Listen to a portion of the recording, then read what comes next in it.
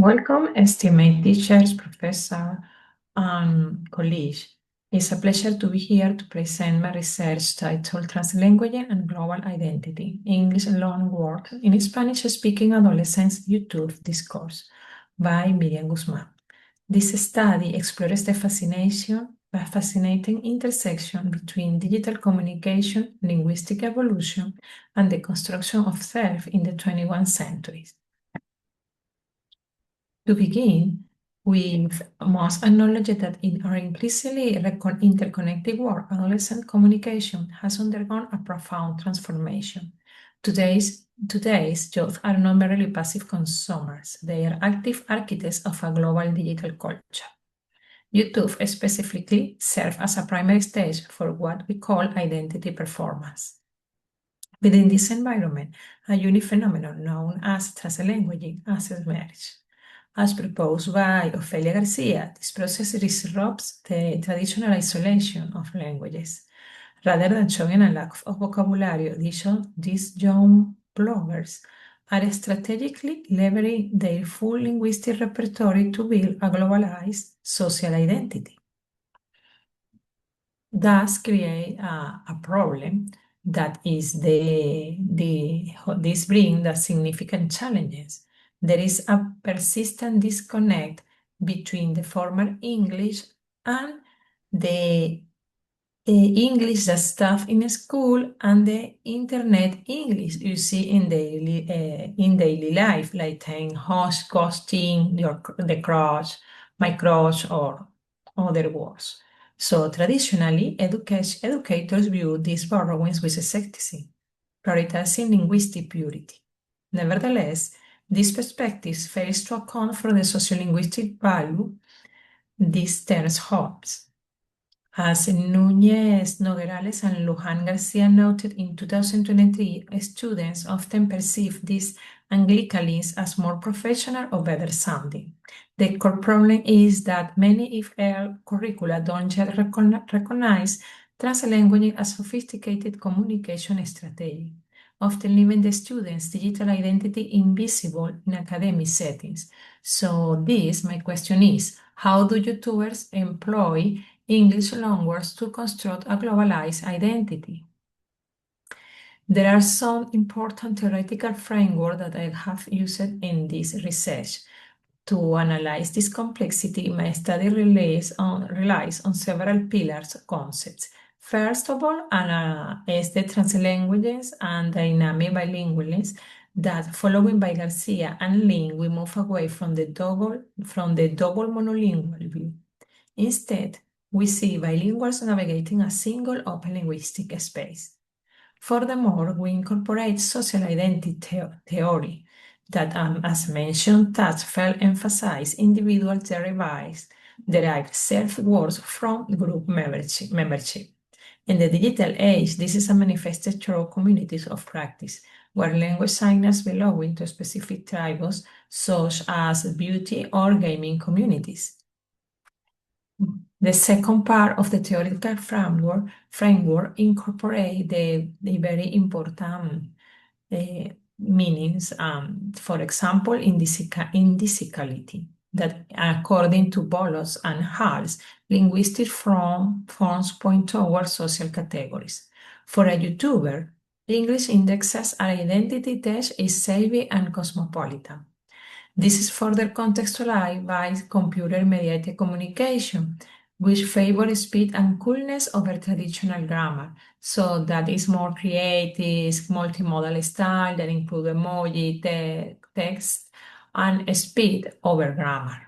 And finally, I examined the YouTube effect by Dulgerle and George Bilgin that influences as linguistic role models whose habits are internalized by the audience.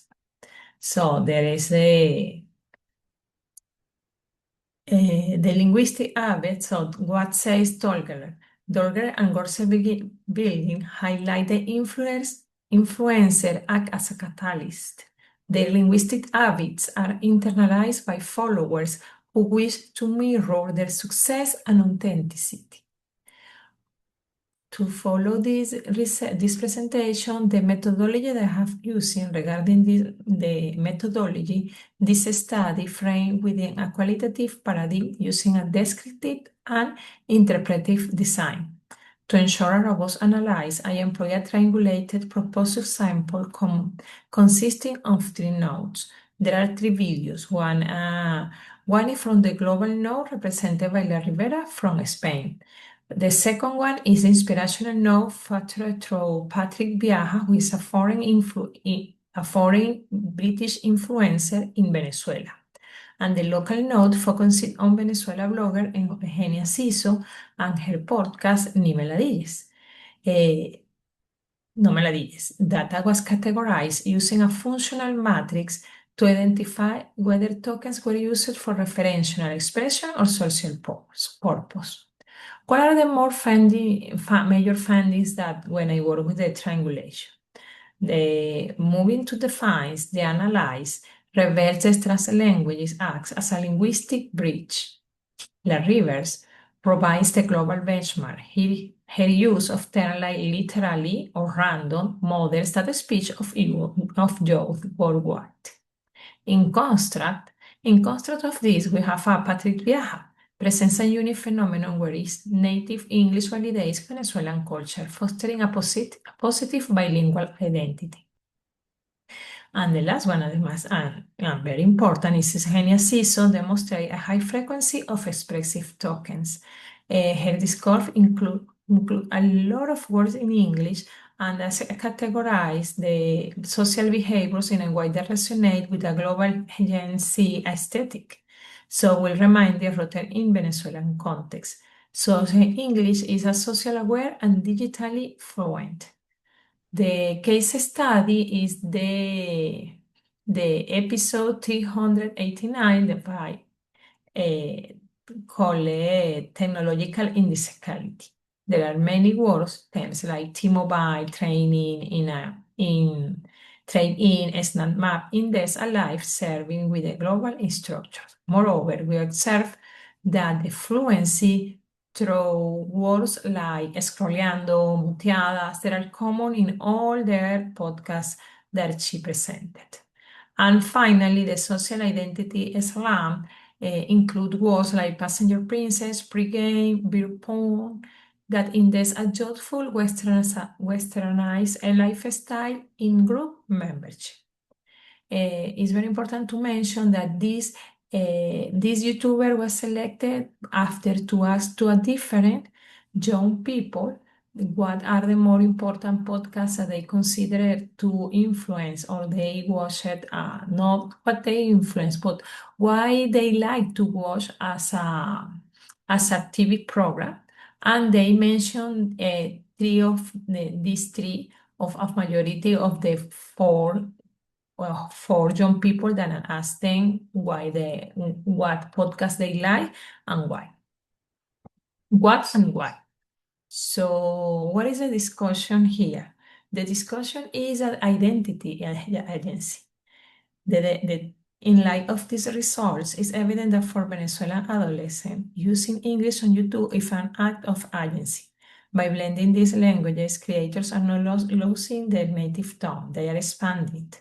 This confirms the dynamics bilingualism is the new norm. Adolescents are navigating a globalized reality where Spanish and English merge seamlessly to serve their needs for social prestige and emotional expression. So to conclude, this study highlights an evolution in communicative competence. From the perspective to English foreign language, the implications are clear. First, English is no longer a foreign entity. It's a functional part of the student's identity.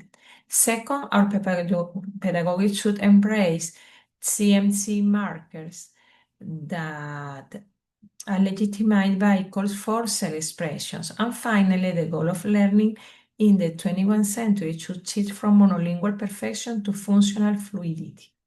We must recognize that adolescents use English to negotiate their dignity and self-worth within a globalized virtual society.